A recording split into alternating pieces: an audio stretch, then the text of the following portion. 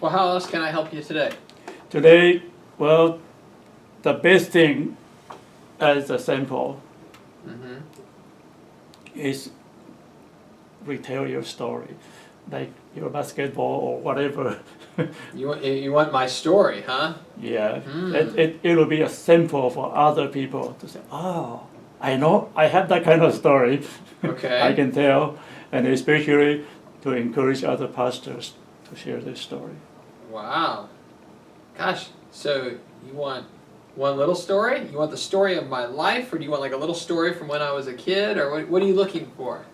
Well, I'm looking for some slices of short stories. Slices of short Yeah, stories. very short, very short. Okay. It's okay to tell a long story, but then Right.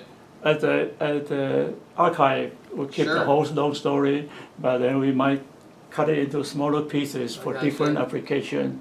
I might go in to say, here, there's 1 unit here. Mhm. This 10-minute story may have 3 units, and I Mm. pick up 3 units, keep them separate, and kind of tell people how you can use it. I gotcha. There is a story processing part, Okay. and I'll go in. I send you a worksheet. I saw that. Yeah. Uh-huh. That's the tool I plan to use. That's a lot to fill in, though. I mean, Yeah, there's a yeah. lot of information in that. But yeah. the project it's not just for one event. It's for lifelong. To catalog, I got you. Yeah, it's for the legacy of the presbytery. I understand. For each congregation. See, Okay. if we have a database to hold that, Mm-hmm. then each congregation will have their own section, Okay. right? You can find out every story from this congregation. Mm-hmm. And the idea is to have stories of everybody. Okay. That way, when a new pastors come, Mm-hmm. he knows everybody. Ah, okay. It's easier to pick up conversation by just going through that, Mm-hmm. right? Right. It's a shortcut. Sure. Otherwise, every new pastor have gone through that. It takes me a while to know the people. Sure. Right. Sure. So that's another use of this. Okay. Yeah. But we run this story gathering around all the time. Mm-hmm. We run the story processing all the time continuously. Mm-hmm. And then whoever need it can pick it up. Okay. You can pick it up for your sermon.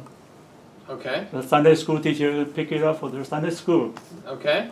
Whatever activity, whatever program they design, they can always pick up something.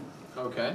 All right. And when it comes to the annual celebration, certainly they will pick it up. But in addition to this, I'm hoping you lead this particular branch about the theology Mm-hmm. part. Okay. And I'm not talking about the theology of aging. Mm-hmm. I'm talking about the theology of life stage, Okay. the growing. Okay. I try to look at our life Mm-hmm. in these 3 stages. Mm-hmm. And I believe we can have theology of life staging, growing up. And I keep looking for a term for the middle age part. Last night, I come up with a giving out. Mm-hmm. Growing up stage, you absorb. Mm-hmm. Giving out stage, you give. Mm-hmm. You serve, you work. Mm-hmm. And then the last stage. The first name I have is getting there. Mm. We're getting there. As we go down the hill, we're getting there. Whatever you're there is, but we're getting there. And this 3 stages, my impression is, in our Christian tradition, we hardly touch this. Mm. Right? We touch the birth, we touch the death, we touch the wedding. That's it. Mm. But I think we can dig out some biblical citation where aging or growing is related and develop some kind of theory from there. Okay. Theology, I mean. Mm-hmm. And I raised a funny question in the mail, say, is growing old, is aging a blessing or a punishment? Is growing old a blessing or a punishment? Right, theologically. Okay. All right. Well, that's just a funny question. Sure. Sure.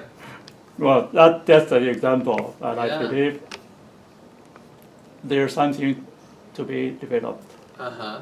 And it'll be nice that the real parish develops theology. We don't depend on the seminary. We develop right here. Ah, okay. All right. Right? It's possible. Uh-huh. And I believe every pastor has preached something related before. Mm-hmm. The first thing is gather those sermons. Mm-hmm. Whatever every pastor has touched, at least you touch it in the funeral, Mm-hmm. right? Mm-hmm. And we can develop some kind of theology from there. Okay. And based on that theology, we run our celebration. Okay.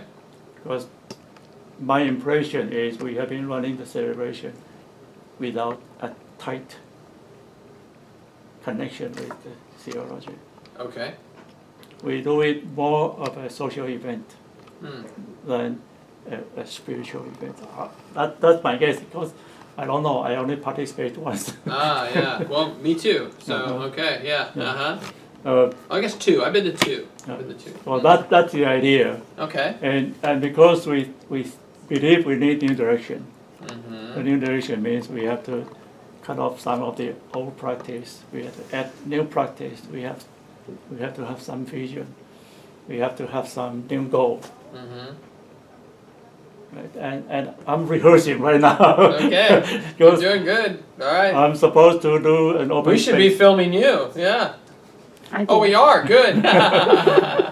I'm supposed to do an open space in the November gathering Oh, okay. to try to introduce the idea and try to get the response Mm. from the presbytery. Okay. I don't know how to start. I don't know what to cover yet. Mm-hmm. But last night I came across an idea that I'll do a rehearsal in my church Okay. first. Sure. And See what to happens. try to say it and see how far I can go. Mm-hmm.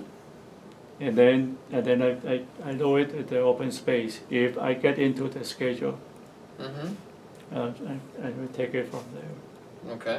And certainly I need some support from some pastors Mm-hmm. at the beginning. If I couldn't get any pastors to get involved, then I'm out. Well, yeah.